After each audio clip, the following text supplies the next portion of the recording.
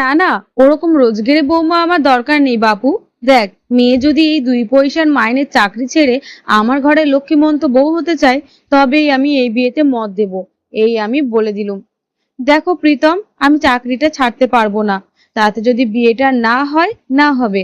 আমাদের এতদিনের সম্পর্কের চেয়ে তোর ওই সামান্য রিসেপশনিস্টের চাকরিটা বড় হয়ে গেল দেবযানী। হ্যাঁ, হয়ে গেল। আমি যেটুকু উপার্জনই করি না কেন, আমি স্বাবলম্বী।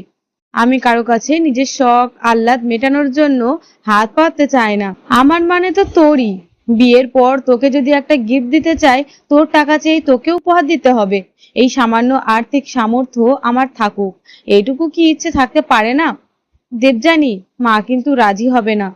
তাহলে মাকে বল অন্য পাত্রী দেখতে। তুই জানিস তোকে ছাড়া কাউকে বিয়ে করা আমার পক্ষে সম্ভব নয়, তাও এমন করছিস বল। তুইও একটু বোঝ, আমার চাওয়াটার একটু গুরুত্ব দেওয়ার চেষ্টা তো করতে পারিস। কি? ওই মেয়ের এত বড় বড় কথা? চাকরি ছাড়তে পারবে না?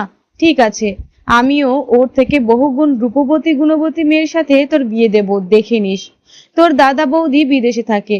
বৌদি কত লেখাপড়া জানে, তাও হাউসওয়াইফ। কত সুখ দেখেছিস ওদের জীবনে।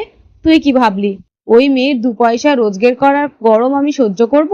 আমি কালই তোর ছোট মাসির সাথে কথা বলে পেপারে তোর বিয়ের বিজ্ঞাপন দেওয়ার ব্যবস্থা করব। মা, আমার একটা কথা বলার আছে। বল। আমি দেবযানী ছাড়া কোনো মেয়েকে বিয়ে করতে পারবো না, বলেই নিজের ঘরে এসে দরজা বন্ধ করে বসে প্রীতম। কথাগুলো বলে দরদর করে ঘামছে ও।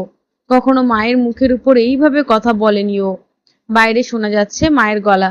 আমার ছেলেটাকে বশ করেছে ওই মেয়ে, না হলে আমার ছেলে আমার মুখের উপর কথা বলার সাহস পায় কি করে? হ্যাঁ। হাঁক ডাক চেঁচামেচি এক সময় বন্ধ হলো। কয়েক সপ্তাহ পর প্রীতমের বাবা দেবযানীকে বুঝিয়ে বলল, মা, তোর যা শখ, যা পছন্দ, তুই আমাকে বলবি, আমি তোকে তাই এনে দেব। দেবযানী তাও ছাড়তে চাইল না চাকরিটা। শেষে অনেক ঝামেলা অশান্তি পেরিয়ে 6 মাস পর বিয়েটা হয়েই গেল প্রীতম আর দেবযানীর। বিয়ের পর হলুদ ছাড়ানোর পরের দিন থেকেই দেবযানী তার কাজের জায়গায় যোগ দিল। শাশুড়ির ভারমুখ, প্রতিবেশীদের হাসাহাসি উপেক্ষা করে দেবযানী সবসময় চেষ্টা করে সংসার আর বাইরের কাজ দুটোকেই সমানভাবে সামলাতে।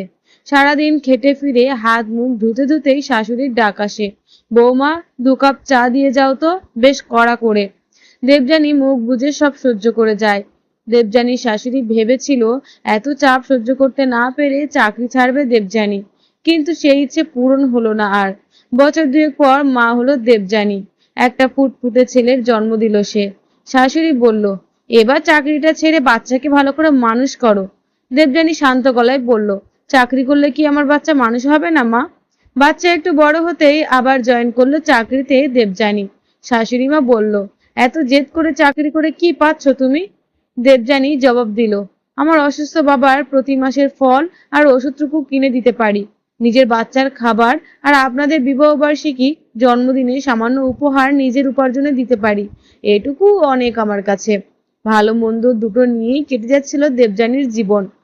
হঠাৎ দুঃখের কালো ছায়া নেমে এলো ওর জীবনে। ছোট সন্তান, বাবা মা আর দেবযানীকে ফেলে রেখে অকালে পথ দুর্ঘটনায় মারা গেল প্রীতম। শাশুড়ি মা ছেলের শোকে কাঁদতে কাঁদতে রোজগেরে বৌমা দোষ দিতে কিন্তু ভুললেন না। সেদিন শাশুড়ি মা দেবযানীকে ডেকে বলল, শোনো বৌমা, আমার বড় বৌমা মা হতে চলেছে। ওই বিদেশ বিভুঁইয়ে একা থাকে, তাই তোমার ভাসুর আমাকে আর তোমার বাবাকে নিজের কাছে নিয়ে যাচ্ছে। আশা করি তোমার রোজগারে তোমার আর তোমার ছেলের দুটো পেট চলে যাবে। দেবযানী বলল, আচ্ছা, আপনারা যাওয়ার ব্যবস্থা করুন, আমাদের নিয়ে ভাববেন না। দিন 15 পর দেবযানী শ্বশুর শাশুড়ি পাড়ি জমালো বিদেশে বড় ছেলের কাছে। এখানে একা পড়ে রইল দেবযানী আর তার ছোট্ট সন্তান। দেবযানীর খুব ভয় হতো ছোট্ট ছেলেটাকে একা রেখে যেতে। ছেলের জন্য একজন আয় রেখে বাচ্চা, সংসার আর চাকরি সামলাতে লাগলো দেবযানী। আর অনেক কষ্টে মানুষ করতে লাগলো তার ছেলেকে। অনেকগুলো বছর কেটে গেছে এখন।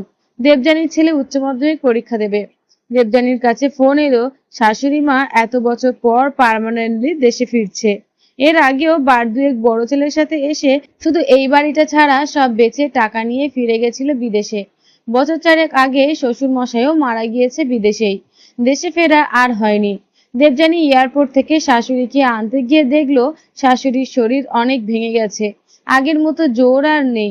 দেবযানী প্রণাম করতেই শাশুড়ি মা ওকে জড়িয়ে হাউমাউ করে কেঁদে উঠলেন।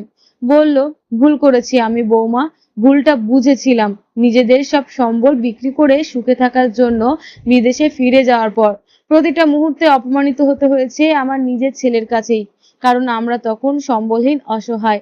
আমাদের খাওয়ার জন্য প্রতিদিন কথা শোনানো হতো, কিন্তু কোন মুখে ফিরতাম বলো? তোমার আর দাদু ভাইয়ের জন্য কিছুই করতে পারিনি যে আমরা। দেবযানী শান্ত গলায় বলল, কাঁদবেন না মা, আমার ছেলে কষ্ট করে বাস্তবতার সাথে লড়াই করে বড় হয়েছে, তাই যে কোনো পরিস্থিতিতে হার না মানার শক্তি ওর মনে তৈরি হয়েছে। জানেন মা, ও ওদের স্কুলের টপার, প্রতিটা বছর ও ওর মেধা দিয়ে আমাকে গর্বিত করে। তখন আমার আর মনে থাকে না নিজের কষ্ট যন্ত্রণাগুলো। দেবযানীর শাশুড়ি মা এখন দিব্যি আছেন নাতি আর বৌমার সাথে। 6 বছর কেটে গেছে। দেবযানীর ছেলে পল্লবের নামের আগে এখন ডাক্তার পদবিটা যোগ হয়েছে। পল্লব সবসময় বলে, আমি আমার মায়ের পেশার জন্য গর্বিত। এখনো চাকরি করে চলেছে দেবযানী। সেবার পল্লব এসে বলল, 10 দিনের জন্য মাকে নিয়ে ঘুরতে যাচ্ছি ঠাম্মা। তোমার জন্য আয়া মাসি থাকছে, বাড়ির রান্নার বিমলা মাসিও থাকছে। তুমি বিদেশে অনেক ঘুরেছো, আমার মাটা শুধু আমাকে বড় করতে করতেই জীবনের অর্ধেক সময় কাটিয়ে দিয়েছে। এখন মাকে নিয়ে আমি আমার দেশ ঘোরাবো। বেশ কয়েকদিন পর লাগেজ গুছিয়ে দেবযানী আর পল্লব বেরিয়ে পড়লো দেশ ভ্রমণে। নদী, সমুদ্র, পাহাড় ঘুরলো। দেবযানী তার ছেলের সাথে মনের সুখে। দেবযানী মনে মনে বলল, এর থেকে বড় সুখ আর কিছুই হতে পারে না। মা, কাল জন্মদিনে আমার জন্য স্পেশাল মেনু কি? দেবযানী মুচকি হেসে বলল, মনে মনে যেগুলো খাওয়ার ইচ্ছে হচ্ছে তোর সেগুলোই থাকবে। বৌমা আসার সময় একটু চাল আর কাজু বাদাম এনো, আমি দাদুভাইয়ের জন্য পায়েস রাঁধবো। কথাটা বলেই চুপ করে থেকে বলল, ইস, আজ দাদুভাইকে পায়েস খাওয়ানোর সামর্থ্যটুকুও নেই আমার। পল্লব হাসতে হাসতে বলল, তাতে কি, তোমার রোজগারে বৌমাই তো আছেই, সে আমাকে ডাক্তার বানানোর সামর্থ্য রাখে। আর তোমার চাল কাজু বাদাম এনে দিতে পারবে না?